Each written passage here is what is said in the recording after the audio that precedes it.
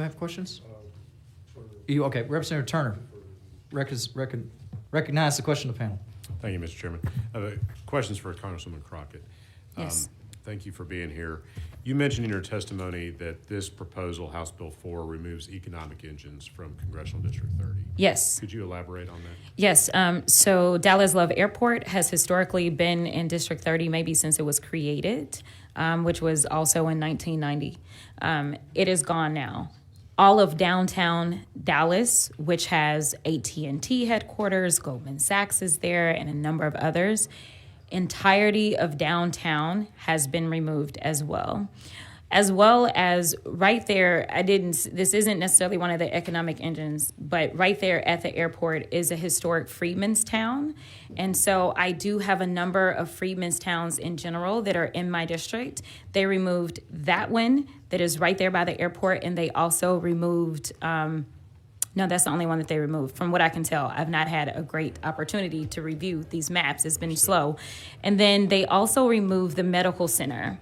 And what is so heartbreaking specifically about them removing the medical center from this district is that one of the 3 ARPA-H facilities that was authorized under the previous administration, the state of Texas is the only Republican state to get one, and I got it to come to my district. We're talking about tons of jobs. We're talking about a lot of money overall for medical research, and they removed that as well. As of now, I am unclear as to what economic engines really do still exist within the current iteration of my district.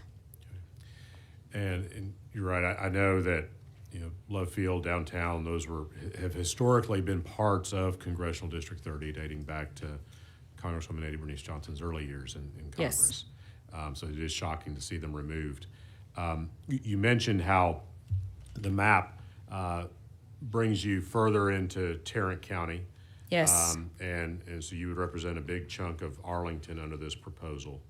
But I noted in looking at the boundaries of the map in Arlington, it takes Congressional District 30 right up to the edge of UT Arlington. Right. But doesn't include UT Arlington. Correct. And it takes you right up to the edge of the General Motors plant, but does not include the General Motors plant. Right.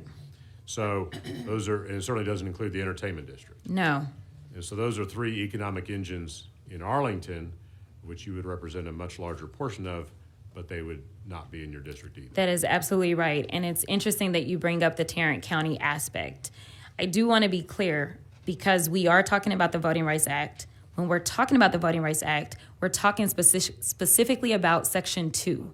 Section 2 is about race. So we will continue to mention race because that is the law. Section 2 and the Voting Rights Act overall was codified to basically further explain the 15th Amendment of the Constitution, which again was about race. So that's why we're talking about it. So when you look at Dallas County and the way that they have sliced it up, Dallas County is one of the most diverse counties in the entire state of Texas.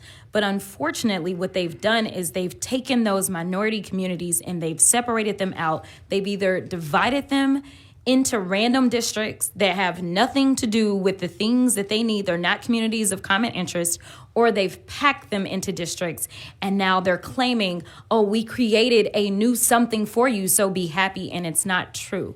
So when it comes to Tarrant County, unfortunately, Congressional District 33 was pretty much anchored in Tarrant County.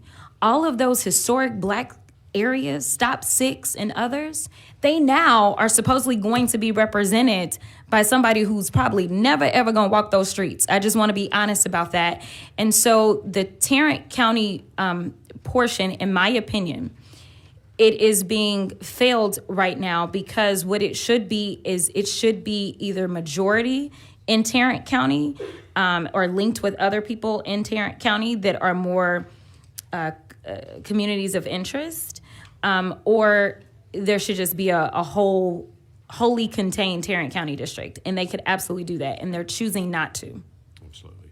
And in my view of the Tarrant County portion of the map is that, tell me if you agree with this, the minority voting strength in Tarrant County is greatly diminished through classic cracking in the case of CD 33 and packing in the case of CD 30. Is Absolutely. that fair to say? That's absolutely. They used CD 30 to pack it up with minorities that they felt like maybe wouldn't go along with the white supremacist agenda, but yes. And the previous comment, I think, from the bill author, maybe in response.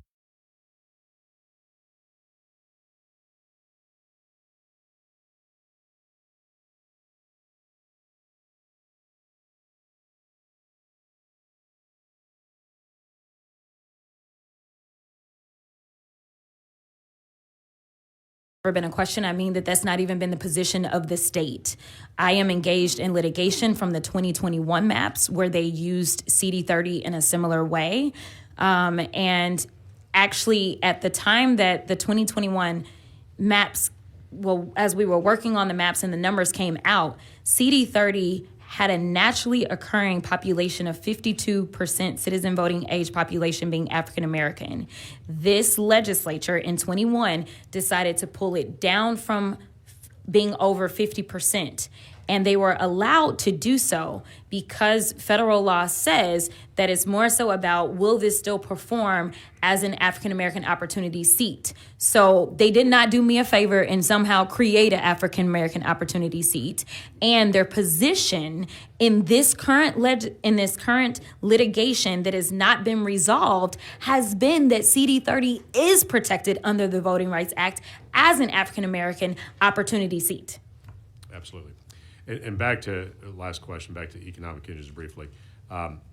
Federal courts have historically looked at redistricting plans, and when legislatures have removed key economic engines from majority minority districts and districts represented by minority members of Congress or minority legislators, is it fair to say they have taken a dim view of legislatures doing that? They have absolutely taken a dim view, which is one of the reasons that I brought that up. In addition to the fact that I know that this legislature did ask us as members of Congress to confirm our addresses. I don't know how many of us actually still reside in the districts that we represent. I do not currently reside in my district based upon the plan that has been drawn, which is another red flag, in addition to courts consistently looking at how many people have been moved. And when we do the math, our districts are approximately 766,000 people. All of a sudden, randomly moving approximately 200,000 people out and another 200,000 people in, because Tarrant County, I only had about 50,000 people in the current iteration. Now I'm going to have 250,000 people from Tarrant County. Right. That's information I didn't know. So the legislature, as Texas Legislative Council, asked you recently for your home address? Prior to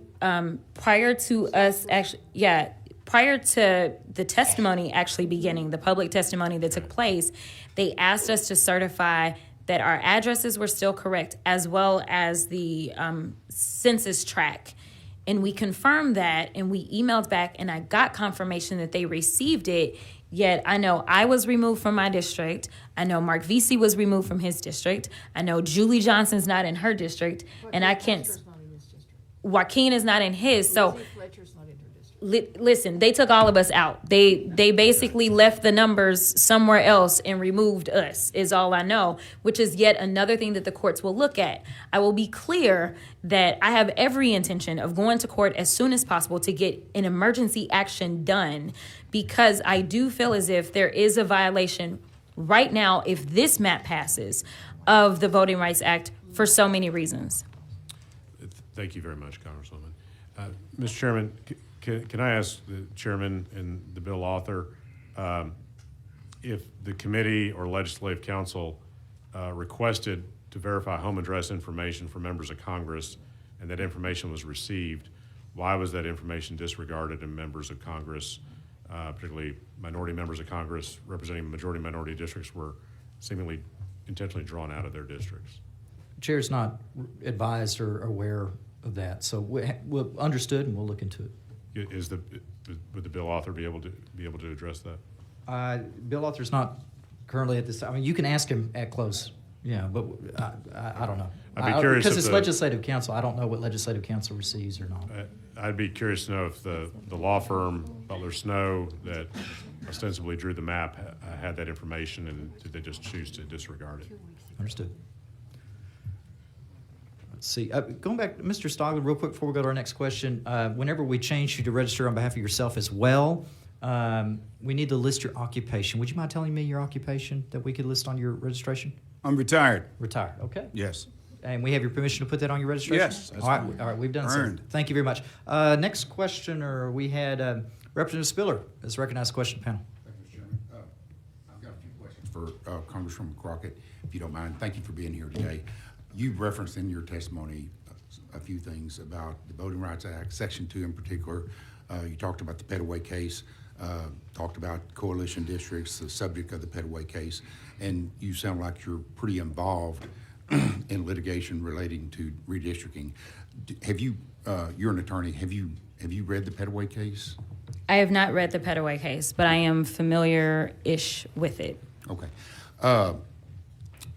You understand that, I mean, you don't dispute that it's the law currently in the state of Texas? I won't dispute that the Fifth Circuit has entered the decision. I will dispute that the Supreme Court has affirmed that decision. And I also want to say that I was present while the bill author talked about his interpretation of Paway, and I disagree with his interpretation. In fact, he basically said this means that we can tear apart coalition districts, and that's not what it said.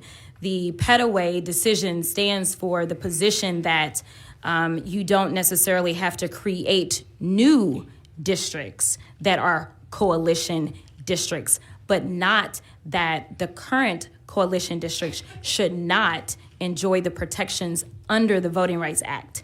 And what we're seeing here is that you are intentionally destroying coalition districts because of a misinterpretation of a Fifth Circuit court opinion that, in my opinion, is also going to lead, because of the amount of minorities that we've talked about that have been moved around, because the Voting Rights Act itself stands for minorities having a voice, and we are in a majority minority state.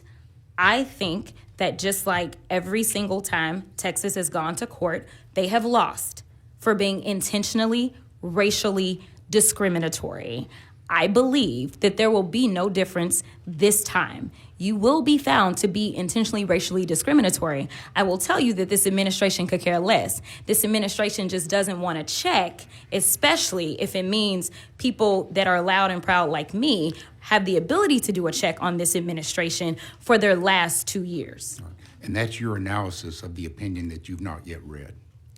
Correct. I've not read the opinion, but I've definitely read summaries of it. When you do read the opinion, which I would encourage you to do, if you'll look to page 17, it talks about one of the reasons that the court ruled the way that it did had to do with statutory construction.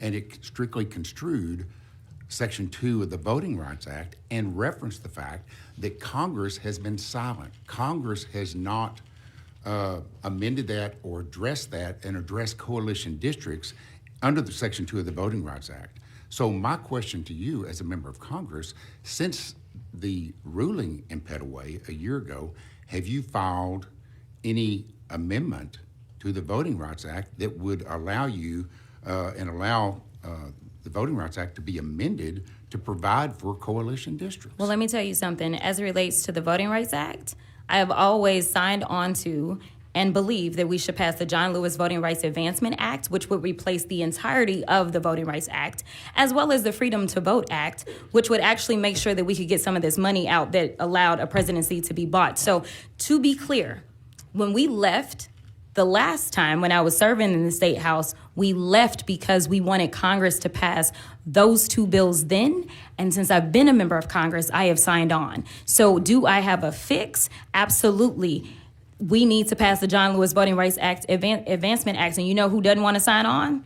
People from your party. Right. So, I mean, I can't do nothing in the minority, but if I could wave a magic wand, or if you'd like to call some of my Republican colleagues on the federal level and tell them that they should do right like historically Republicans have, because it has always been bipartisan to reauthorize the Voting Rights Act. And we know that a Republican governor from the state of Texas, it was a Bush that reauthorized it last time. And when I say bipartisan, I'm not talking about one or two. I'm talking about passing with like 99 people. So listen, we are ready. We just need people that believe in fairness and freedom in this country to sign up and agree with us, and we will get this done. We will fix all the problems. And I think my question is after the Paway ruling a year ago, have you, since that time, filed any legislation to amend Section 2 of the Voting Rights Act to address the coalition district concerns that you raise? And I think that your answer is no. The answer is that I have signed on to the John Lewis Voting Rights Advancement Act, which would resolve all of these issues. Thank you. Chair recognizes Representative Barbara Gordon Hawkins to question the panel. Is that right?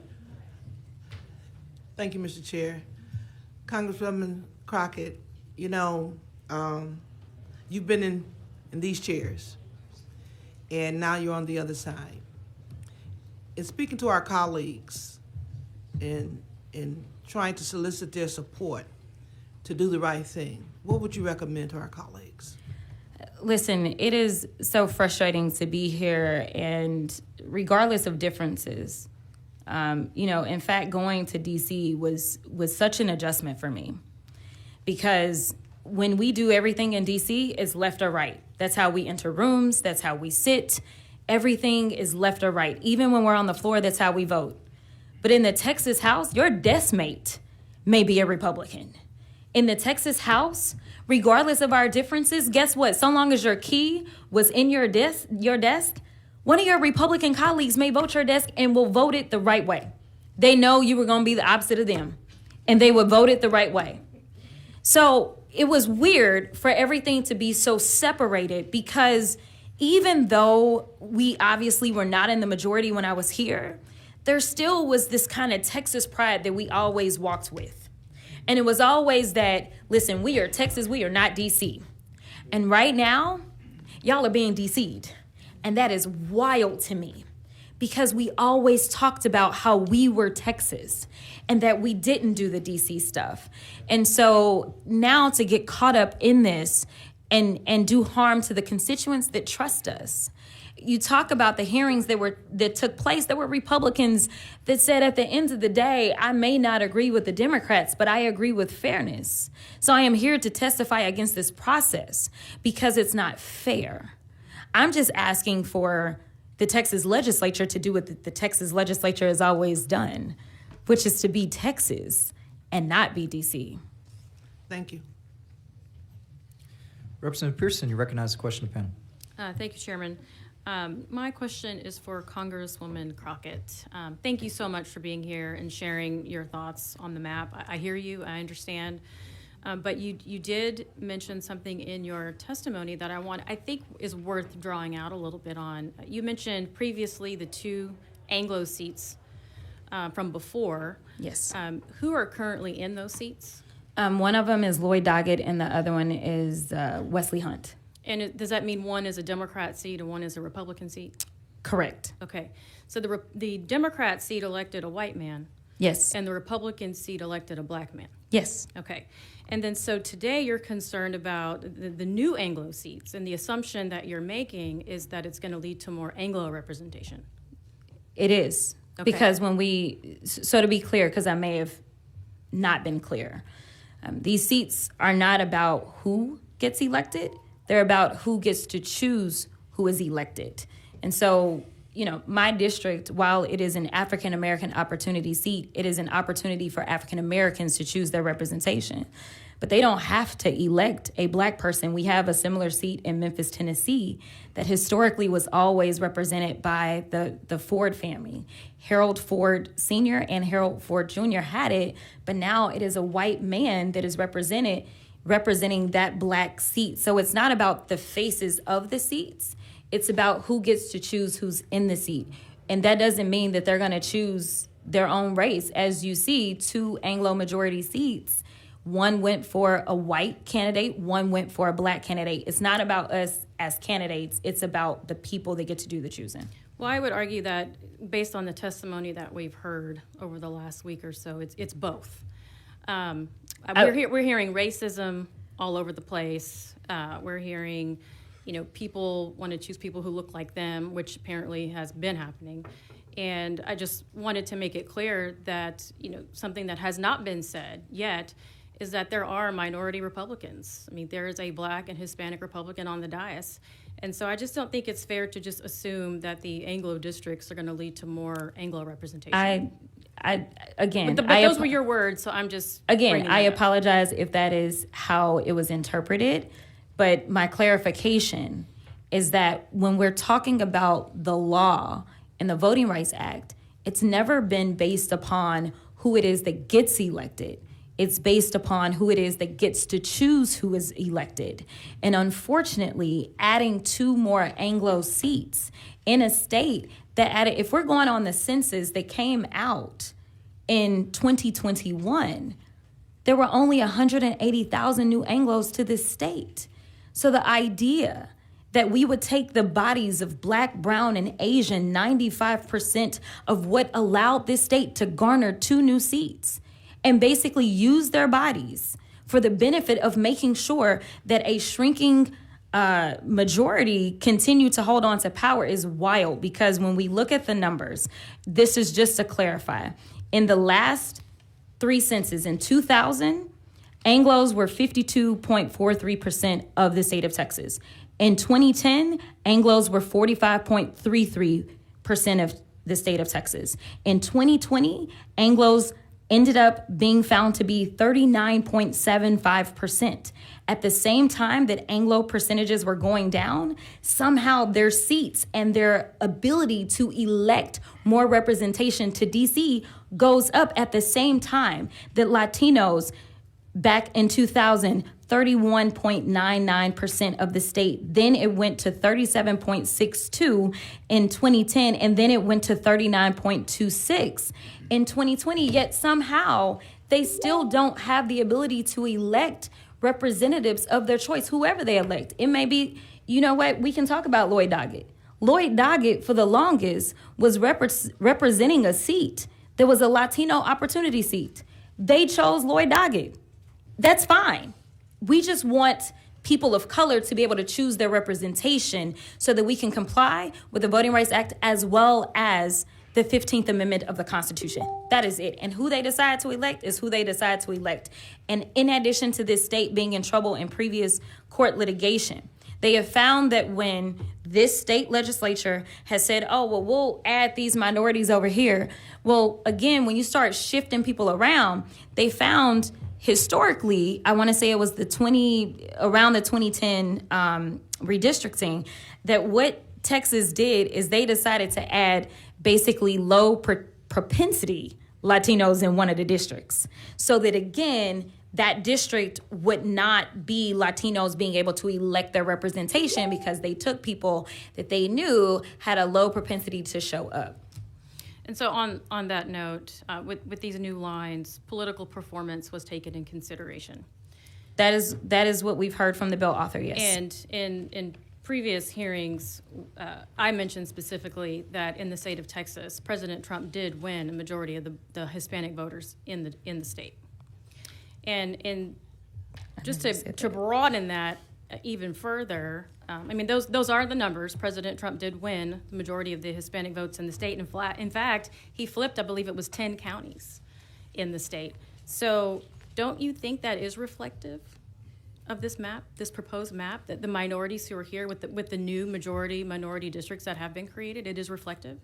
No, Representative, I don't. Again, Okay. It's just based upon, I mean, this is just pure math. Like, I'm not trying to pick who is going to vote for who, because as it was stated earlier, the idea that anybody is a monolith is wild anyway, right? Because first of all, Latinos down at the border, they are not the same as Latinos, say, in the DFW or in Harris County.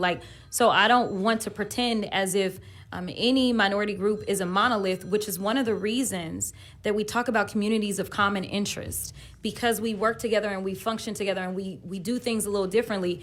I mean, I'm sure there are even black folk in Houston that will argue that they're not the same as Dallas black people, right? So it's an ongoing thing. But nevertheless, what I will say is that is why you shouldn't just be grabbing up people from wherever and saying, oh, well, they all the same race.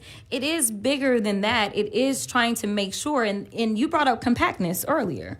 And so compactness is one of those things that you consider as well, because again, it is different. When you look at a state the size of Texas, You know how many states you can fit in our state, right? So thinking about it in that way, a reflective map would look like the fact that only 39% of this state is Anglo. So how in the heck do we have 60% of the seats that go to DC are going to be decided by Anglos? That's the math that doesn't work. We need to flip the numbers so that people of color, no matter who they vote for, if they decide they're voting for Trump, and you're right, because of the 13 democratically elected seats in the state of Texas, one of those seats was a majority white seat. That's it. Everybody else, it was people of color that sent us to DC. But when we look at the Republicans, of the 25 seats, 23 of those seats are Anglo majority seats. 2 of those seats, Latinos are the ones that chose. And I don't have a beef with that. Like, that's who they elected, and that is perfectly fine. So they have 2 Anglo seats that are Republican. 2 Latino opportunity seats that elected Republicans. That is perfectly fine. People vote for who they vote for, but don't divide our communities and dilute our voices. And that's why we're here, because we feel like we're being diluted because we're packing black folk, or the bill author mentioned that there's some district that went up to over 70-something% Latino. That is packing. You don't need almost 80% Latinos for that district to perform as a Latino opportunity seat. And so you don't agree with the new minority Hispanic seats? Because I don't agree with this map. Okay, thank you. Thanks. Mr. Manuel, recognize the question of the panel. As soon as we get the microphone going. I don't know if it's okay. I'm going to try to be really quick because I don't want to belabor the point. I have a question really for all of you.